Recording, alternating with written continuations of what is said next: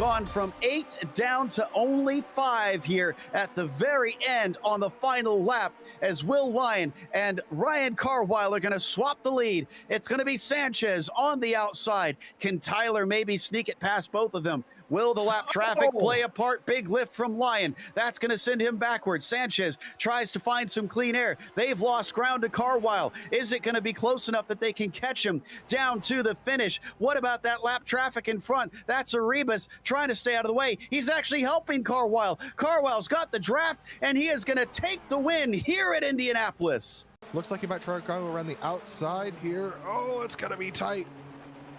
Lepisto wants another win, and oh no! They come together. They're absolutely coming together, and one is in the barrier. The other just manages to stay off. Lepisto doesn't hit anything other than fair and growl, but there goes a potential win. Yeah, massive chaos there for those drivers. Here is the replay of that. Yeah, the little tip there from Van Rassel. Ooh, talk about some narrow margins from Stephen Orrell. I was going to say, there's still a chance that we could see a change of position here. Togo's a little too hot, but Ove Trangrade gets very close. Surely he's going to try and send a go. No, he's covered off as Miko defends the inside down into the Casio triangle. Now he has to be smooth on the throttle to seal the deal, and he is, as he comes to the line, our 7th different winner of the season to tie the record. Miko Makela gets his first ever win here in Japan. Yeah, he's going to have to really dive in to try and take it here. Decides not to. Maybe into the Melbourne hairpin. Ooh, it's a fantastic run. And defending the 183, tries to cover him off. Now he's back to the racing line, sends it in deep.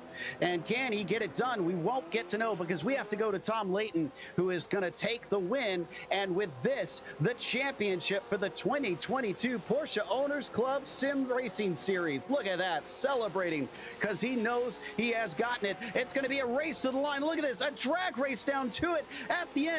Will it be Mayorga or Bolton? It's going to be Bolton.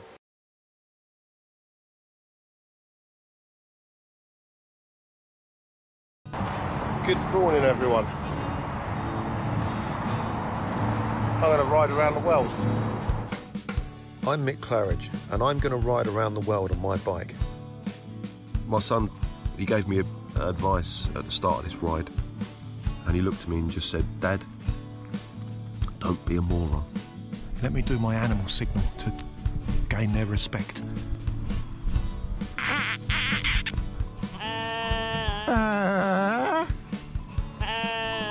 How's it going, Sally? Yeah, I'm alright, Mick. How's it going? Worse than that bit in Lord of the Rings where they go into the top and the spider's in the tunnel. I'm just hoping there's a spider at the top of this one to kill me. Freezing. And I failed. I moroned up the ride.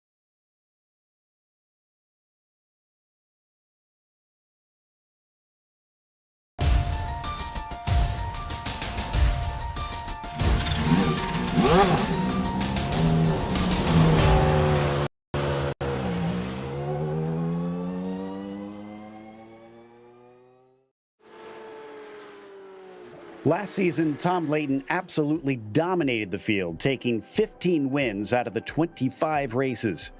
This time around, a shorter season might make it more feasible for someone to topple him. But on top of that, we've switched from the GT3 homologated car to the Cup version. Will that allow someone to finally find an edge over the champion? We'll find out soon as we get ready to watch round 1 of the Porsche Owners Club Series, and you'll see it all live here on the Global Sim Racing Channel. Hi, I'm Joe Peak, and with me in the booth is DJ Clark.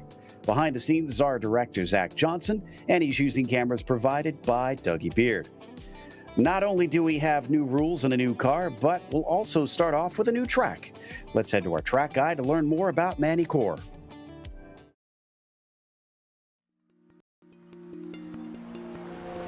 Welcome to Circuit de Magny-Cours. Located about 3 hours south of Paris, the track is most famous for its nearly 2 decades of hosting the French Grand Prix. But it has seen a variety of open-wheel series, sports cars, and motorcycles compete during its history. With about 4.5 kilometers in length, or just under 3 miles, its 17 turns wind back and forth between a series of hairpins and chicanes. Notably, a few of the turns are modeled after famous corners from other tracks. Estoril's long, sweeping opening to the lap provides a serious challenge to kick things off. Then, the flat-out run up to Adelaide tests your precision with braking by smacking you in the face with the slowest corner on the track.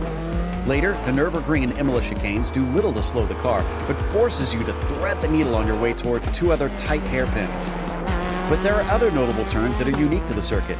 The Grand Courbe is the first you must tackle and is a swift double apexer that blends directly into Estoril. This means that any attempts at an overtake there are going to require some serious bravery. Château d'Eau will test your throttle control as the radius opens up and needs a good exit to make sure you aren't vulnerable on the run down to Lissay. The reputation of this track tells you to expect overtakes to be difficult, but a little aggression and some good braking should give you opportunities. All in all, after more than 60 years, French race fans have embraced this staple of motorsport in the country.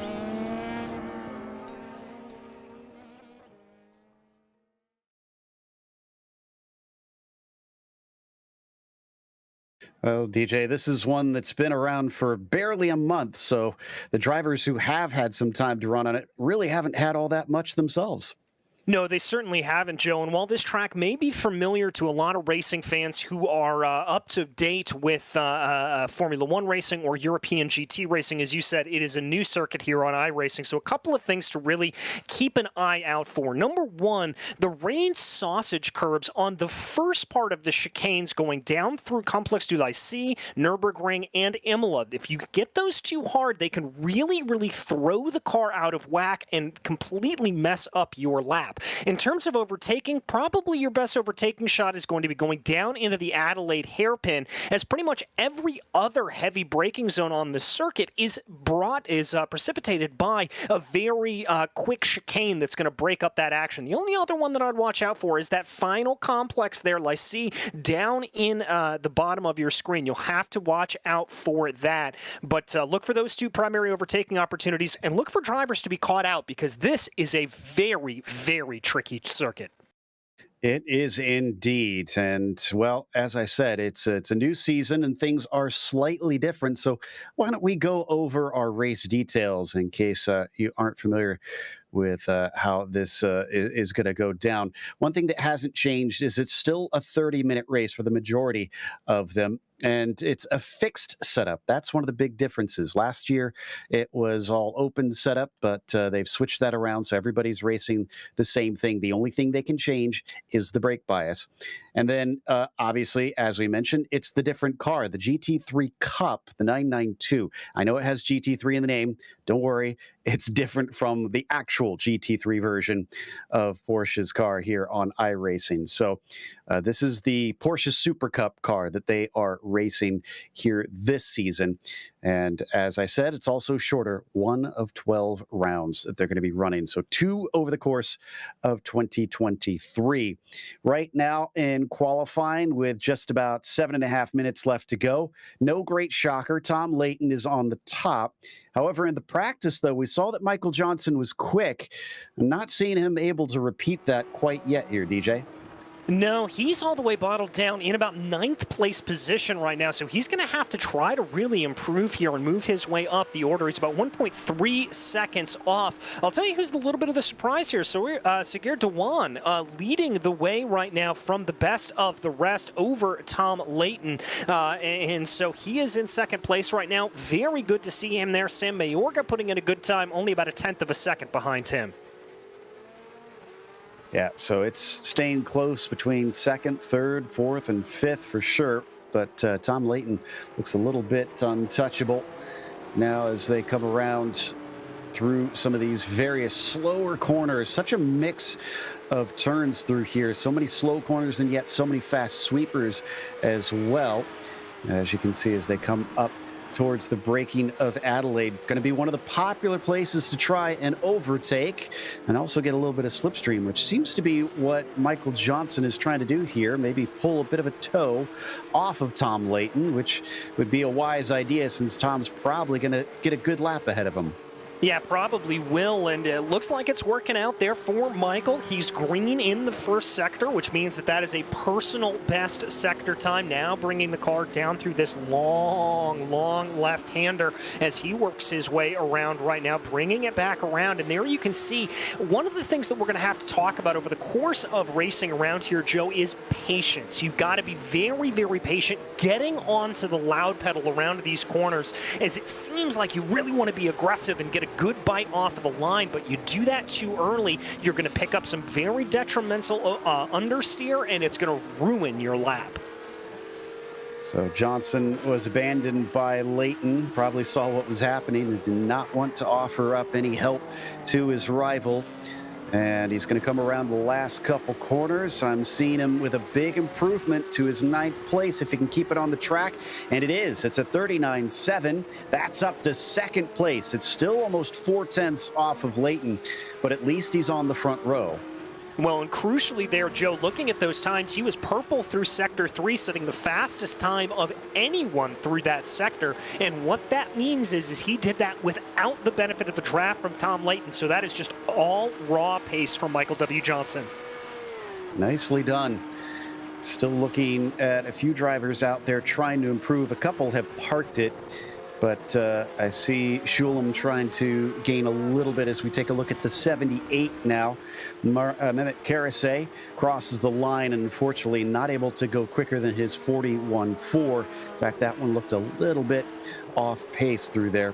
Up and around the very long Estoril corner. We're going to switch over back to Shulam now. He sits in 9th position. And I'm showing him hovering just about at the point where he could maybe take a 10th or 2 off of his time, unless he has a very good end of the lap here in that 371. He's trying to catch up to BJ Fulton, who is a mere 6 1/1000ths ahead of him. Yeah, as you said, there's some very, very infinitesimal gaps up and down the field. So I think that's going to mean we're going to be in store for a very, very close, good race here. There, as you see him diving down into one of those chicanes, we now jump on board to Jad Duncan. And that's what I was talking about. You know, some of these corners, they run a little bit like the chicanes around Imola in the way that they're set up, particularly thinking about Variante Alta. But the only flip of that is that unlike at Alta, where there is that high sausage curve on the exit chicane, those don't exist here at Magny-Cours, and so that is going to be a big, big thing to watch out for. You can take a little bit more of those exit chicanes, and that'll allow you to carry a little bit more speed out of them. Shulam up to 8th with a 140.5. Just goes that little bit quicker and demotes Fulton one more position. Looking to see, Momeyer might be able to improve on this one. He's showing about a second faster. Oh, but he just loses it down through Chateau d'Eau.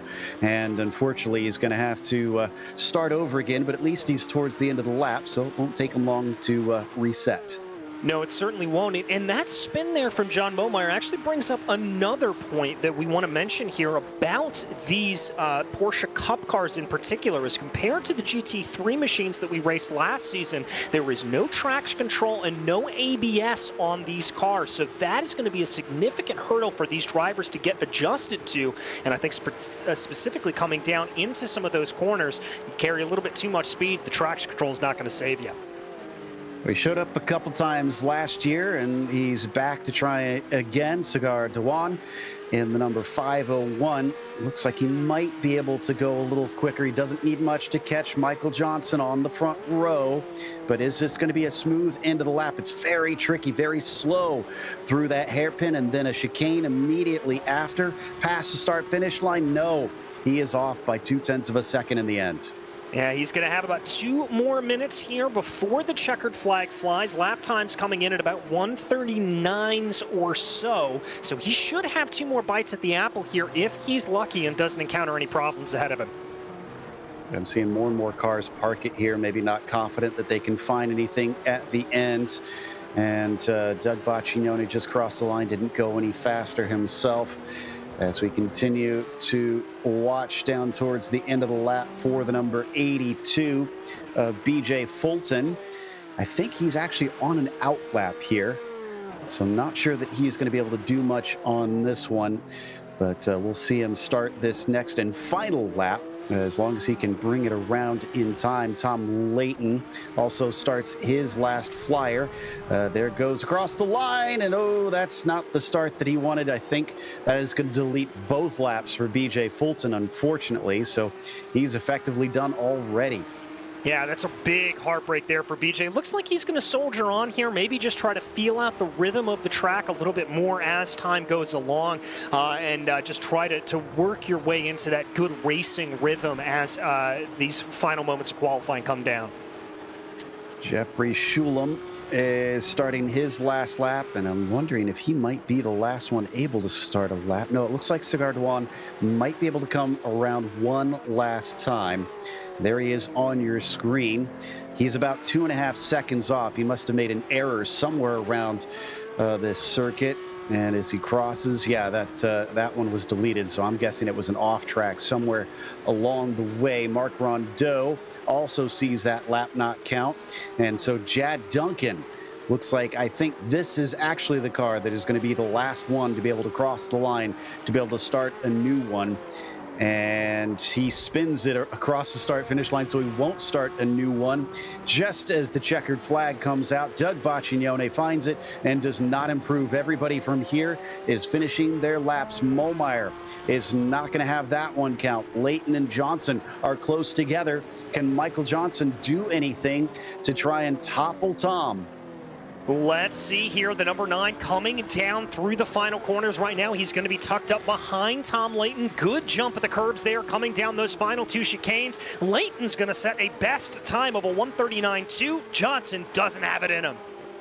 No, it looks like that lap also got deleted. BJ Fulton abandons his most recent lap, knowing that it got ruined from the very start. And Jeffrey Shulam is showing a chance to maybe jump at least one position, but he's going to have to be very tidy around these last couple corners through Lycée and out of the final turn. Can he make it? No, it's not going to be any quicker. Looks like here that the track just not rubbering in the way these drivers wanted to, and we're not able to see those final lap times really come into play, but we've got a pretty close grid here, Joe, and I think this is going to be an exciting 3-minute race.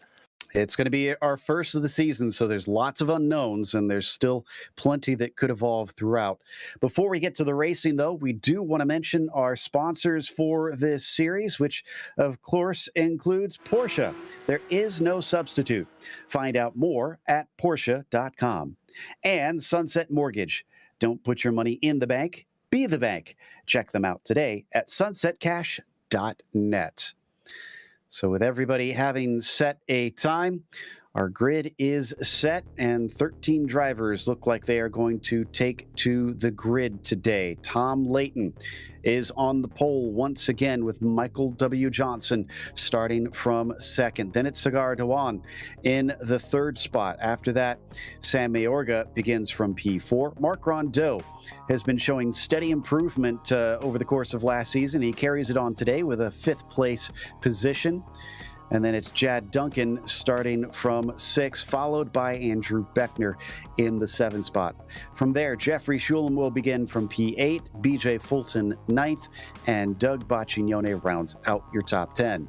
In 11th place, it's going to be Mehmet Karasay, followed by Dylan Scott, with John Mohmeyer in 13th position. And we have had reports that it looks like Federico Del Toro not going to be able to make the grid here today. Still be determined about Mark Bray, although he has not gridded up, so we're not sure about that number 946.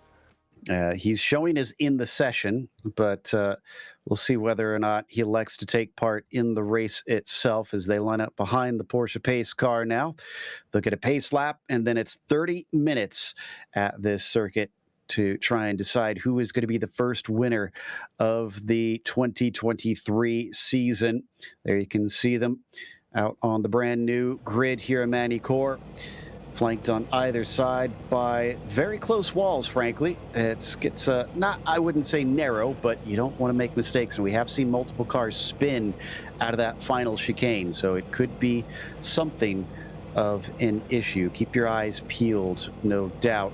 It's also a bit late in the day, it seems. It's getting close to 7 p.m. virtual standard time. So as you can see, it's making it a little bit dim out there, and they've also got a nice cool track to thank for that.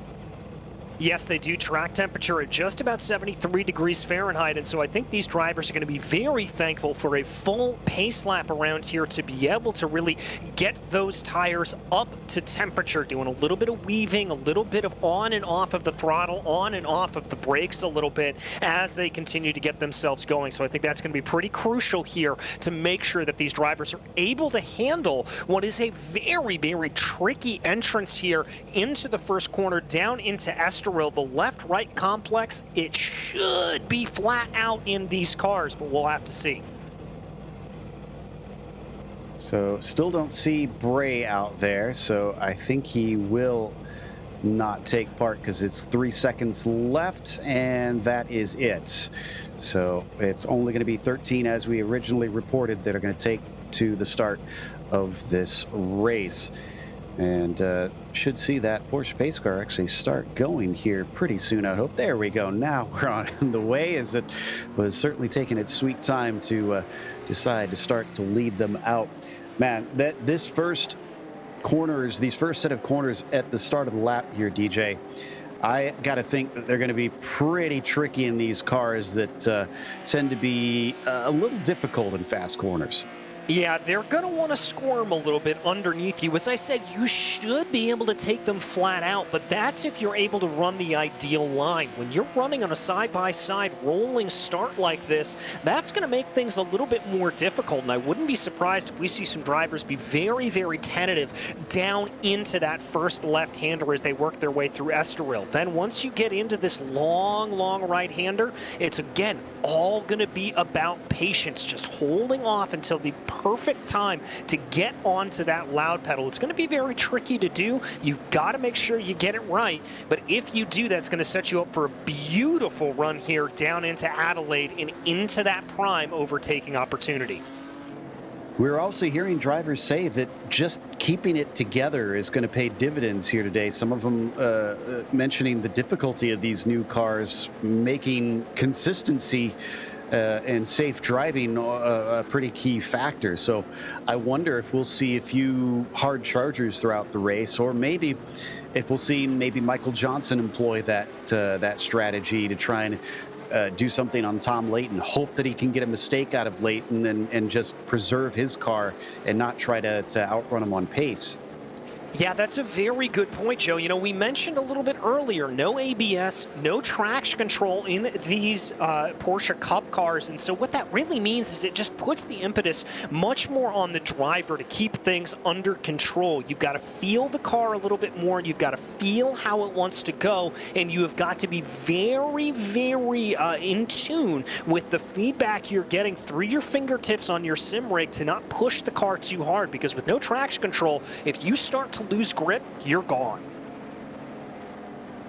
You can see some of these swift portions of the track after coming out of the 180. It's flat out all the way up to Imola, which this track known for being not all that heavy on the elevation change. That was one part that really surprised me, is this little rise that you've got here. It's right as you're trying to get on the brakes. I wonder if that's going to cause a few drivers to have to take that runoff there through that last chicane.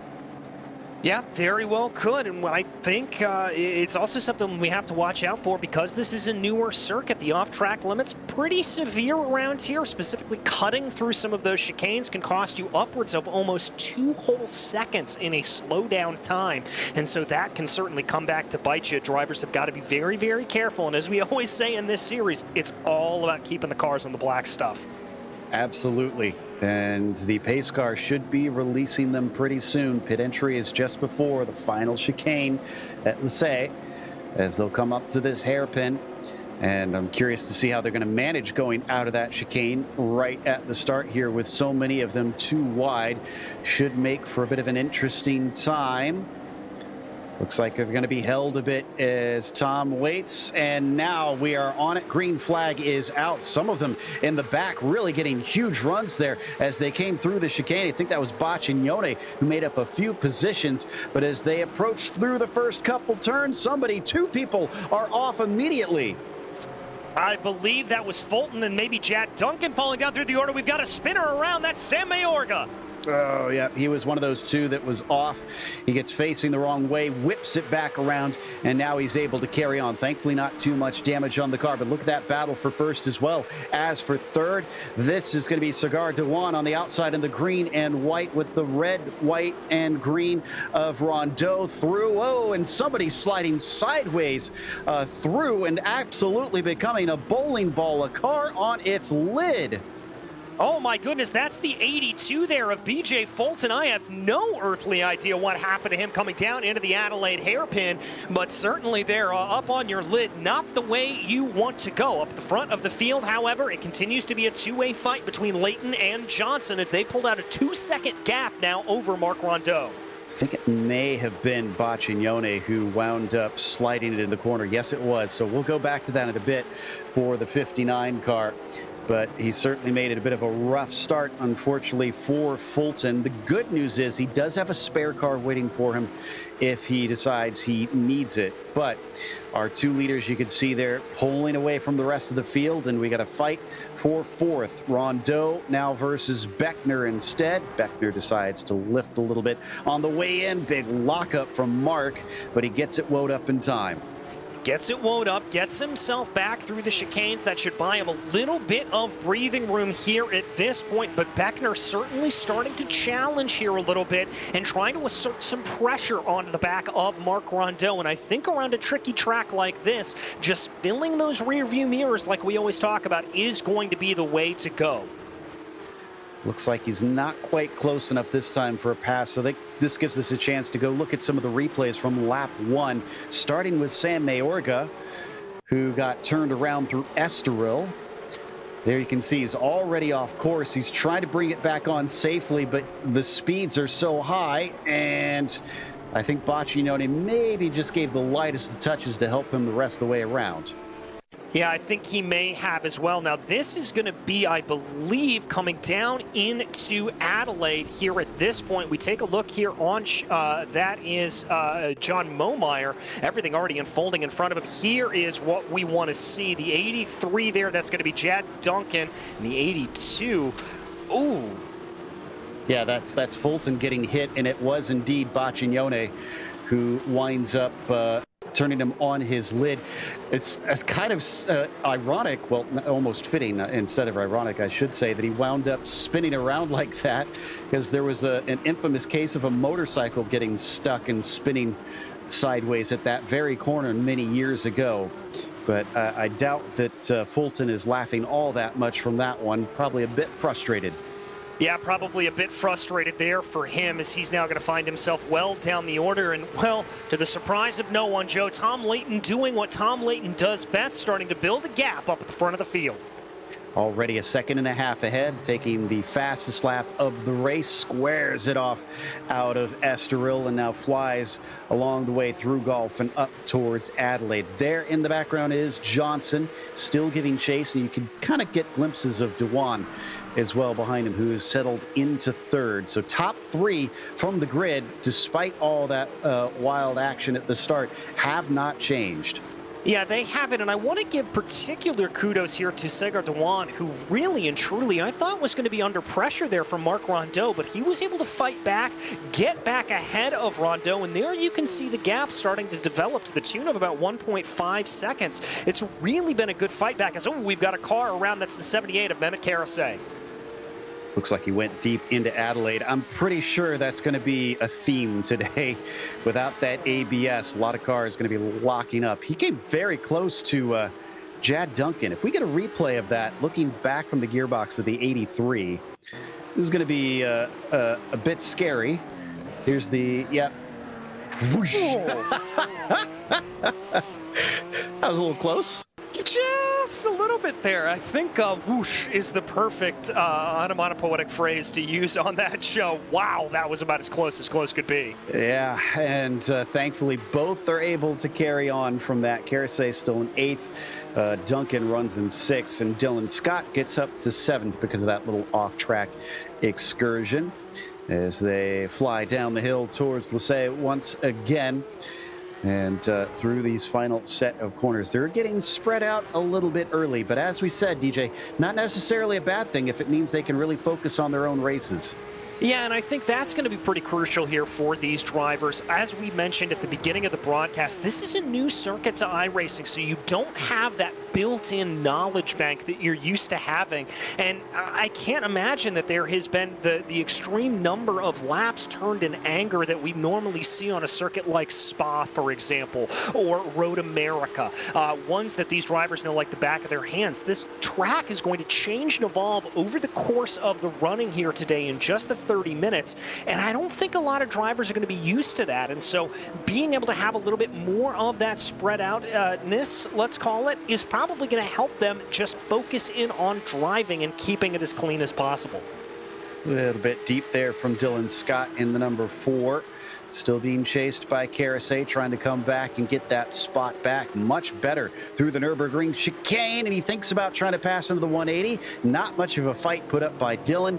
He lets him through, and then he cuts back underneath as Mehmet goes a little bit too deep, and nicely done by the 4 car. Very nicely done by the number 4 of Dylan Scott to be able to hold on to that. And I think Karasay's mistake there was a little bit of what I talked about. Got onto the throttle just a hair too early, and that caused the car to understeer out wide and get off into that gravel. He had to lift off the throttle to be able to gather it up back up under him. Rest assured, I don't think Mehmet's going to make that mistake again, but it's already come back to bite him once. He's still close enough. He could be on the attack here if he gets a good run somewhere. And both of them have already made mistakes down into the Adelaide hairpin. And now a mistake through the Lasay chicane. Unfortunately sees Karasay off the circuit and falling to 9th now. And I think there, Joan, that was probably just a little bit too much of that inside curbing, that big sausage curb, taking the car, throwing it out of whack a little bit, and then Karasay trying to get back onto the throttle. And when those rear tires made connection with the ground, it just spun and shot him off.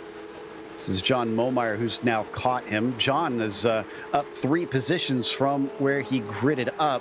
He was a little bit off the pace in qualifying, but as we said, just slow and steady is going to pay big dividends, and he has got himself already spots away from Mayorga. Fulton, Shulam is looking at maybe getting a 4th from Karasay. We'll see if we get another mistake out of the 78 here, or if he can keep it tidy down through the hairpin. That looks good to me. Yeah, very, very good line there. This is one of the few portions of this circuit that there is a little bit of that elevation change. It does dip a little bit going down into that hairpin and then rises back up the hill a little bit. But for the most part, this is a pretty flat circuit. But Karasay doing a good job getting through there. Now he's going to bring it down through 180. Let's see if he makes that same mistake again. No, later onto the throttle. Perfect line there from Mehmet. Sign of a good driver when you don't make the same mistake twice. So 78 now pulling away from Momeyer and trying to catch up to Baccignoni, but he's got to make up 13.5 seconds because of that long and lazy spin out into the grass. It took him a while to recover, and he's discovering just how much time now he's got to claw back because of that. Back to our leader briefly. It's Tom Layton, only 1.7 seconds ahead of Johnson. Michael's keeping him honest here. Yeah, he's keeping him honest, and I've got to tell you that I saw a little bit of a mistake there out of Tom Layton coming down out of 180 on the previous lap. Just got a little bit wide. The rear end of the car wanted to dance out on him a little bit. He was able to keep it up back under him, but I think that's what cost him about 3.5, 4 tenths of a second on that last lap. And we started to see this towards the end of the season from Johnson. I think back to Austria as well, the season finale, where he came so close to getting another win and unfortunately threw it away with a mistake right at the very end of the race and allowed Tom Layton to take another victory. Johnson has had that on his mind, I can tell you, talking to him, and is very eager to try and make up for it. So far, so good, but we're only a third of the way through. He's still got to try and keep it on the island.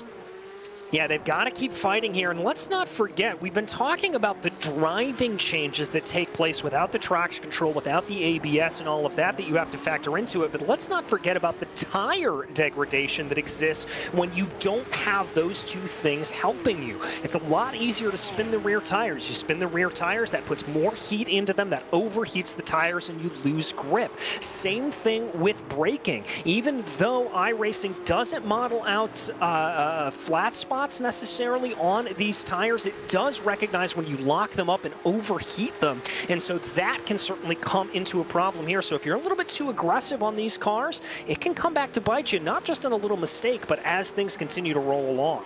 Yeah, and these cars are getting up to 160, 170 miles an hour, having to break down about 30 in some places, so it's so easy to lock it up and overheat them. Meanwhile, Bacignone has caught up to Dylan Scott. This is for the 7th position. And you can see he's got a good shot here with a great exit out of Estoril. Let's see if he can outbrake him. He's had a major problem into there once before. Let's see if this one's going to be a little bit more smooth.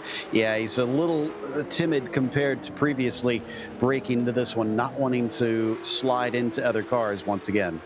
Yeah, and I want to give some credit there to Doug Bacignone. You can see there on the right front of that car the damage that has been sustained on the number 59 machine, and the fact that he's able to continue this car going around here at this point despite having a little bit of that damage on what looks like both the front and rear right of that car. Really pretty impressive. That thing can't be handling exactly as perfect as he'd like it to be. Yeah, I'm amazed that he's got as much pace as he does here, especially over Dylan Scott. And Doug's actually still up from where he qualified. That was a good run through Imola. It's hard to pass here into Chateau d'Eau, though. And yeah, he knows it. He's going to try and set himself up for the exit. Oh, but he goes a little bit wide, and it looks like Scott's going to be out of reach. Oh, what's happened to Schulam? Looks like that's a little bit of a spin potentially coming down into 180. I wonder, Joe, if he just carried a little bit too much speed going down into the left-hander and maybe the rear end of the car broke away on him as we've got another car off. That looks like the 78 of Carasay, and there goes Momeyer. I was just saying it earlier that John Momeyer might pick up another if he can get a mistake out of Mehmet, and there it is. So John skitters away and finds himself now up to 9th position. A nice little top 10 on his hands, potentially. We actually still have all 12 cars that are on track on the lead lap, interestingly enough. We've only lost Sam Mayorga so far in this one. Battle's not over for 7th, though.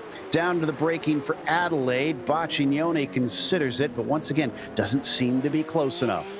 Yeah, I think Doug here just wants to play this a little bit cautiously. He's not going to put his car into a high-risk scenario. He's going to see if he can get Dylan Scott to make a little bit of a mistake up in front of him. And with about half of this race going, I think that's the right call from Doug. He's already been in the wars here today. A little bit of an awkward line there for Dylan coming through 180, and Doug's going to recognize that. He's going to put that in his knowledge bank, and he's going to be using those areas to try to apply pressure and see if he can force another error out of Dylan here. Yeah, sticking with it. No reason to give up yet. We're only halfway through this one.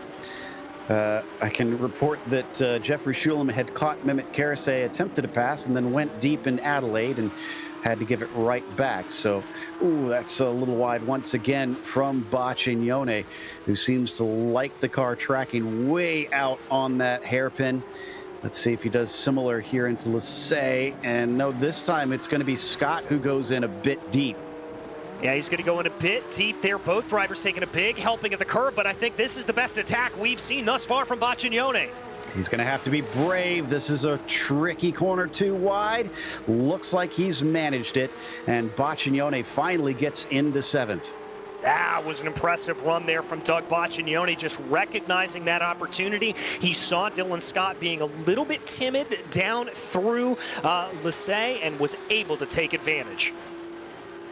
Scott's going to get a little bit of slipstream. We know that Baccignone has some damage on the nose. Doesn't look like it's slowing him down too much in this fast portion of the circuit. Oh, but he outbrakes himself, and there goes the spot right back. I'm sure he's going to be very upset with himself after that one. Yeah, he's going to be kicking himself after that move. Luckily, he's still only about a second behind Dylan Scott, and with 15 minutes left to go in this race, I think that next position is catchable. I think Doug is able to move himself up into 7th here if he just keeps at it. But those little mistakes are going to just keep depriving him of moving farther and farther up the order. And this time it's Karasay who goes in a little deep, trying to pass on Momeyer. Got over eager on the brakes, and now Momeyer gets back into 9th. But we've seen that the 78 seems to be a little bit faster than John. So I think some patience might do the 78 some good. Yeah, I've got to agree with you there. We've seen John just be able to go around here doing a good job. Woo, Mehmet not sitting around, though. Looked like he wanted to have a little bit of an attack there coming out of 180. Yeah, we've seen him also slip up there before, so he needs to remember the lessons that he learned. Momeyer is the one that makes a mistake this time up through Imola, and he tries to get back onto the brakes in time, but the car locks up. He leaves the apex open, and there goes Karasay. He's back into P9. Yeah, pretty easy move there. I don't think Momeyer put up too much of a fight there. He kind of recognized the writing on the wall, but now what he can do, use a little bit of that draft down some of these longer straightaways, try to hold in behind Mehmet Karasay, and maybe hope for another mistake. Speaking of which, Baccignone is caught back up to Scott once again. And as close as he is, doesn't look like there's going to be a pass made down into Adelaide that time. What about into the 180? We've seen a couple cars get ambitious there. Haven't seen any successful passes through there yet as they slide it through the Nürburgring chicane. And looking around the outside, maybe trying to open up this corner, square off the exit. Let's see if that pays dividends. It looks like it might. Oh, that was beautiful there out of Doug Baccignone. I'm not sure if he's going to be able to get the run here, and he's going to have to fight for this going down through the Imola chicane. He's going to think about it down to the inside, going to back off there. I think that was the right call. Going too wide through any of these chicanes is not recommended. Tried his best to shake him off the apex, but doesn't look like that one worked this time. And so Scott will live to fight another day. 13 more minutes that he has to survive out here to claim this 7th spot. He's our hard charger, actually. Dylan started 12th and is now up to this P7 and has been doing a pretty good job keeping hold of it, although this is where he lost it last time. Seems like he's not as brave through that chicane.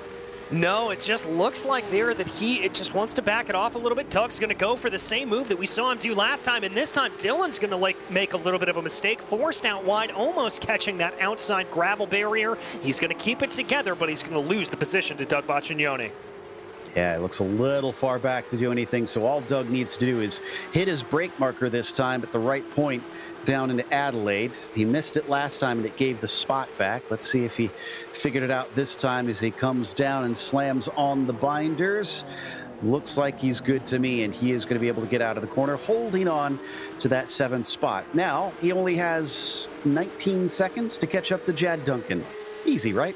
Oh, very easy, especially in about 12 minutes left to go in this race. We should see that develop here now. It's going to be a little bit difficult, I think, for Doug to be able to catch back in. He'll just have to settle in here for 7th place and try to build that gap between himself and Dylan Scott. Coming down to the final third here soon, and Tom Layton is starting to look like he's putting some distance between himself and Michael Johnson. It's a little over 2 seconds. You can still see Johnson in the same screenshot, but it's becoming less and less of the two together on our cameras. That said, if Michael Johnson keeps this up and Layton has any sort of mistake, 2 seconds can disappear in a flash. Yeah, it certainly can. That battle is by no means done and dusted here quite yet. I'm not sure if Tom Layton's maybe backing off a little bit, but on a couple of laps, I've seen a tenth fluctuate here and there between Layton and Johnson. So that gap is not as resolute as it may appear. What if we could give a little love to the number 3 car, Andrew Beckner? Haven't really shown a whole lot of him. He's up 2 spots. He's got a top 5 potentially, and he's given a hassle to Mark Rondeau in the meantime. So he could find 4th. It just all depends on how this plays out. So far, Mark's been a cool customer up there in that number 11 machine. As soon as I say that, he goes deep into the corner. So never mind. Maybe Andrew could get to 4th here pretty soon. Very well could. That light blue machine working its way behind Rondeau right now. He's going to get a nice little helping at the draft down this short straightaway as they work their way into the chicane. Waiting to see how that will play out. The gap holding firm at about 0.6 of a second. It's going to come down a little bit here through Chateau d'Eau as they come out of the corner. It's now down to 0.4. I'd say Beckner's on here with the charge. Just a few more bobbles from the number 11, and I think he could get his nose in there if he wanted to. Oh, just like that, as Mark once again goes a little too hot into the corner. They make contact as they try to go too wide through the chicane, but Beckner comes out ahead, and he does get 4th. That was a nice play there by Beckner. He would have been pretty easy to sort of yield that position, get out of it a little bit on Rondeau, but Rondeau was offline. Beckner fully entitled to take that line. A little bit of argy-bargy, but that's exactly the kind of stuff we frankly expect to see in sports car racing. I felt like that was perfectly fair, that move. So, yeah, Andrew Beckner now up to 4th and last on the podium ahead of him, about 9 seconds, Cigar to Juan. So going to be tough to try and catch up to him. We're hearing that they might not have made contact there, Andrew and Mark, that they maybe got away without actually physically coming together in the sim. So hopefully that is the case.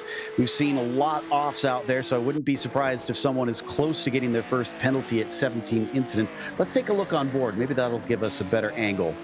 Yeah, so there you see just the two of them coming together, and our director, Zach Johnson, was right. No contact made there. That was just elbows out racing from Andrew Beckner, recognizing a mistake from Rondeau and capitalizing to the utmost. Kind of looked like ghost contact, but if there was nothing registered on our end, then that means that they got away with it without actually coming together. So Andrew Beckner takes off down the road. Can he solidify this 4th by the checkered flag? First round of the season has had no shortage of drama, that is for sure. And a few faces that we haven't seen in some time have come back and really put a stamp on things. Guys like Andrew Beckner looking to start things off right here in France. As we come back to Michael Johnson, it's up to 3 seconds. He's losing time bit by bit every lap. Yeah, it just looks like it's starting to eke away here at this point, and we're hearing that he may have actually just lost that full second on the last sector there. Indeed, losing about 7/10 in Sector 1. I think a little bit of a bobble there for the number 9, but he's in good position. Let's not count him out of that. He's 5 seconds up the road from Cigar de Juan, so that's going to be a pretty position to be sitting in. Doesn't have to really worry about too much of an attack from behind, and he can just run his own race at this point.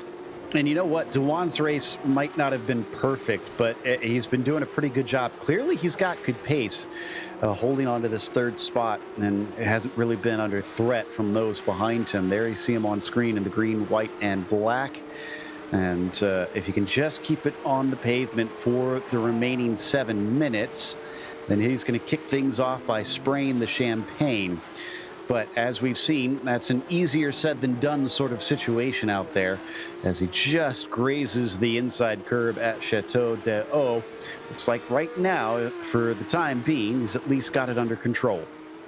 Yeah, it looks like he is in perfect control of the car as we watch him now break down into the final sequence of corners there. Little bit of a wide run out of Lassay, but able to gather it up back up underneath him, taking that wide line that we're seeing a lot of drivers take here down the start-finish straightaway to dive down into the first curve. Looks like everything is pretty much under control here for this 501. We're having another car getting lapped now. Momeyer is going to be the latest that is going to go behind Tom Layton. So there you can see him leading on past the red machine. So only he and Fulton have been demoted that one lap down. We still have Schulem ahead of him by a good margin. So not sure that he's going to be able to catch the 371 and lap him unless there's a mistake from Jeffrey, who might actually be trying to pass Magny-Cours soon if he's got good pace. The 371, well, he is going to be passing him because Magny-Cours just had a huge shunt right at Chateau d'Eau. Oh, and there you can see the hefty damage to the front end of that number 78 Porsche Cup machine. Big, big lick into the wall. It is missing its hood right now. That does not look great for Carasay. He's got a meatball flag, unfortunately. The black and orange flag, meaning he has to come in to pit lane, and will have to try and get repairs because I think he has too much time to stay out and try and trundle around the circuit, even if he can drive that thing. Yeah, just got loose, and unfortunately, that was raw concrete that he ran into. Yeah, raw concrete there, and that is going to be a lot of damage to the front end of that car. And as you said, a meatball flag, meaning mandatory here, and I think we are over 3 laps time, so he is going to have to come down pit lane, as there we indeed see him coming on in. Took that spare car, and he's back out, but not quite in time. Momeyer looks like he's going to be able to sneak by, and I think Cigar Dewan is going to put him a lap down as well. So Momeyer claims another, and he's up to 10th. Carasay back down to 11th as they start to get up to speed. Dewan sandwiched between lapped cars here. Yeah, it just doesn't really have a lot of room to move, but he should be able to get by Momeyer here shortly, I would have to imagine. Indeed, he's going to take a look down to the inside there of Adelaide, going to think better of it and not go for it there, but I think he'll probably get him here in the next couple of corners. Yeah, and it does look like Momeyer is going to just pull off to the side and let him through. Is he going to be able to pull back to the racing line before he gets past? He does, but he's a little bit compromised as Magny-Cours now comes upon the rear bumper. In fact, he absolutely chucks it in and takes the spot immediately.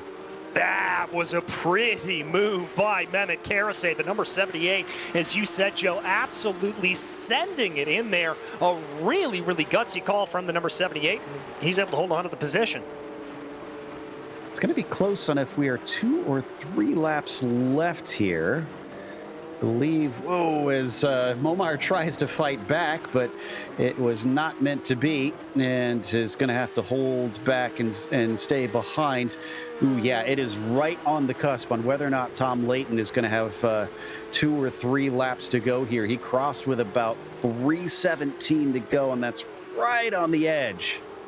Yeah, that is right on the edge. Thankfully, though, with fixed setups for these cars, we don't have to worry about any fuel problems that they're going to run into. Everybody going to be running on the same strategy here. It's just a matter of how many laps you got to do and how many times you got to navigate around this circuit.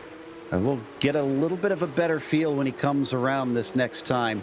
Because if he gets if he has less than 1:39 left on the clock when he crosses that start-finish line, it should be the last lap.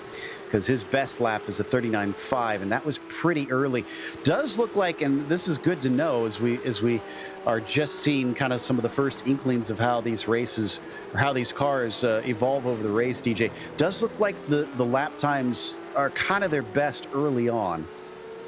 Yeah, and I think that's probably a combination of the tires wearing away a little bit as well as just the circuit rubbering in. Let's not forget the fact that iRacing did put in a pretty significant update when it comes to the way the track rubbers in and the way the asphalt actually collects the rubber that is discarded off of these tires. So we've seen this really since that update has come into play, that the more and more time you go along in a session, the more likely times are not going to fall.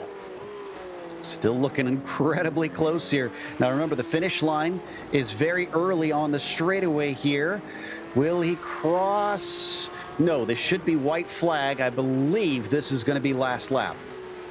Yes, that does indeed look like it is, and there you can see it officially displayed on the screen. White flag, 1 lap to go here for Tom Layton. 4.5 seconds over Michael Johnson. Again, he still has to keep it steady. He can't throw it away on this last lap, or Johnson could pick up a surprise win, and I'm sure he'd be thrilled about that. But valuable P2 points here for Michael Johnson. Also not worth throwing away. He himself has to bring it home. Still have 12 cars out on the track racing. Somebody had a problem there down the front stretch. That was Jad Duncan there. Yeah, I think it was. Duncan just having a little bit of a problem from 6th place position as we take another look back here at Tom Layton, working his way down through the chicanes right now, coming into 180. That was a pretty hard hit for Duncan when I went back and looked at it. Don't need a replay, but hopefully the car can make it to the end. He did hit the nose, and with the engines at the rear of the car, that should mean he can limp it home, I'm pretty certain, and it does seem to be tracking as straight as you can be after smacking concrete on the front stretch. But just a couple more corners to go for Tom Layton to kick it off as, well, he didn't get the win at the first time in 2022. He failed to win at Suzuka, which was the first round last time out. This time, he's making up for that and just basically keeping the momentum up from his championship. Through the chicane, Tom Layton wins at Magny-Cours here for the Porsche Owners Club Series. Well, success begets success, and Tom Layton just keeps on having that success as he takes victory. Michael Johnson with a great run to be able to hold on to P2 and what we anticipate Cigar de Juan crossing over in P3 right now. He does indeed take that final step of the podium. And Andrew Beckner as well, 3 positions up to finish 4th here. Rondeau going to wind up where he qualified. Still probably should be pretty pleased with that. It was a good race for the 11. And then Duncan, who I mentioned with that incident, wow, I don't see much damage on the nose. He got away very lucky. He is going to get a 6th place for that one. Only 9 cars going to wind up on the lead lap, and the last of them looks to be Jeffrey Shulam in the end. As the rest of the cars get over the line, we're going to take a quick break. We'll come back with the unofficial results as well as driver interviews, so stick around. Good morning, everyone. I'm going to ride around the world. I'm Mick Claridge, and I'm going to ride around the world on my bike. My son, he gave me advice at the start of this ride, and he looked at me and just said, "Dad, don't be a moron." Let me do my animal signal to gain their respect.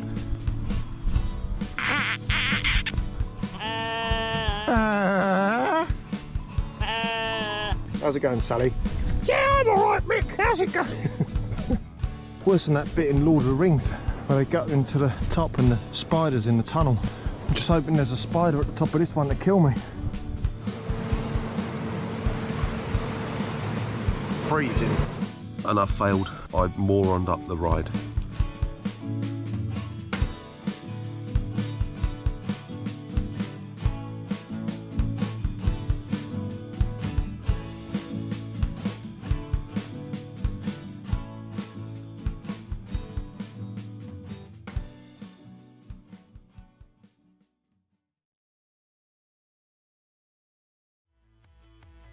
Welcome back to Magny-Cours. We just watched the first round of the 2023 season for the Porsche Owners Club Series, and Tom Layton takes another win to his name. Michael Johnson followed him home less than 5 seconds behind, so he did keep pretty good pace behind that number 1 car. Cigar de Juan finished in 3rd. It'll be Andrew Beckner to get a nice 4th today ahead of Mark Rondeau in 5th, and Jad Duncan, despite some damage late on in the race, crawled home to 6th.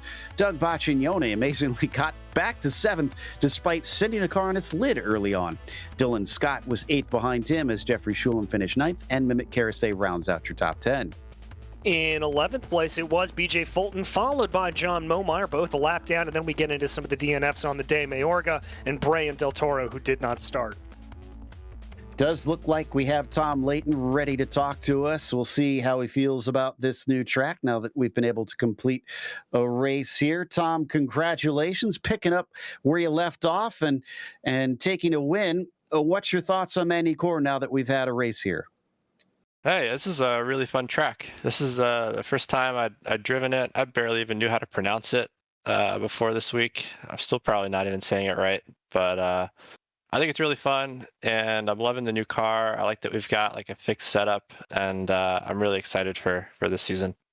Yeah, talk about the car that we've switched over to, because we didn't even run this Cup car the last time they ran the Cup car in 2021.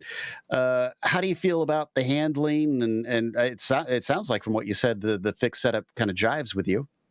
Yeah, I think it's a good transition to come from the GT3R into this. So it's a little bit slower of a car. It's slower on turn-in, which I think probably makes it a little bit easier to drive in that respect. But then obviously it doesn't have ABS. And I think even with the past GT3R that we had to drive, you still have to watch your braking and try not to engage the ABS. But obviously here mistakes are punished a lot more. So I like that. I like that it adds a little challenge. I think it'll make things more interesting as people are like making mistakes, things like that. Yeah, I'm looking forward to it. Now, obviously, you still took another win, but Michael Johnson was only about 5 seconds behind you at the line. Do you feel like he's maybe picked it up to try and give you a challenge this season? Yeah, I mean, he legitimately beat me at Sebring, had more pace than me. He was really close to me. You know, I was watching the relative screen throughout the race, and there was lap after lap after lap where like we were not changing our gap at all. I think I extended that a little bit toward the end, but most of the race it was only like 2 seconds, if that. So I'm looking forward to some good battles with him. We are as well. Congratulations on another win, and hopefully we'll get to talk to you again in 2 weeks. All right, thanks, guys. It's Tom Layton, your winner here today, and second place for Michael Johnson. DJ's caught up with him. I have indeed, Michael. A good way to start the season up on the podium. You've got to be pretty pleased with that. Well, I like being on the podium. It's a good place to be. Starting the season here, obviously I'd rather be in first place, but Tom just pulled some pace out of somewhere, and then I made a mistake at the end. I was able to hold on to him, but I made a mistake on the last chicane and caught a slowdown. And so I was holding that 2 seconds, and I could easily pace him, and I was about to start closing it up. And the move I made to close it up, well, I'm still on the podium, so yay. Well, I've got to ask you, as somebody who has traveled the world, obviously racing, how do you like this circuit? Obviously a new one here to iRacing. What's your verdict? Well, I've driven it in real life once. I got brought out years and years ago to drive it, and they needed a coach who spoke English because everything else was going on in French. And there was a British guy who came in, and I was living in Germany, so I went down and raced it, or not raced, but coached at it, and got to drive it. And I really like this track in person. The iRacing version of it is very, very close to what I remember, but I've had a few beers since then, so I'm not sure my memory is quite what it should be. I feel that. Well, we head next time out to Hockenheim, the place of one of your victories from last season. Are you bringing in some high hopes for that? Yeah, I'm going to slaughter Tom there, just calling it now. No, I have no idea. I love Hockenheim. I've done a lot of work at Hockenheim. I'm very comfortable on the track. And I think iRacing has done a brilliant job with Hockenheim because I've been there relatively recently, and everything feels exactly the same, except for I think one little setup for the final combination of corners. You have to set it up a little bit differently in the sim, but I love Hockenheim. It's kind of a home race for me. So yeah, I'm really looking forward to being at Hockenheim and hopefully putting it on the podium again. Well, wish you all the luck in the world when we get there, Michael. But as for today, who do you got to thank? Well, of course, there's T-Mobile for Business, Fix Vodka, Truffle Shuffle, truffleshufflesf.com. They are a wonderful group of people. And of course, Freedom Autosports. You guys, POC, and all the guys that we race with and practice with all during the week. And Gijo at Sugar Studios LA.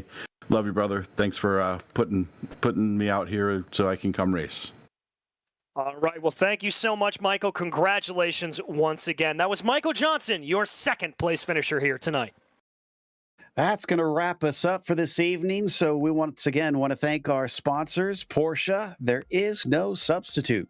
Find out more at Porsche.com. And Sunset Mortgage. Don't put your money in the bank, be the bank. Check them out today at sunsetcash.net. Thanks to the team today, DJ, Zach, and Dougie. Make sure to check out our social media, website, and merchandise store. And don't forget to subscribe to our YouTube channel so you don't miss a moment. Next time, as we mentioned, is Off to Hockenheim. That'll be Monday, January 16th at 11 p.m. Eastern. Be sure to check out our other broadcasts listed here. But until next time, race clean, race hard, and we'll see you on the track.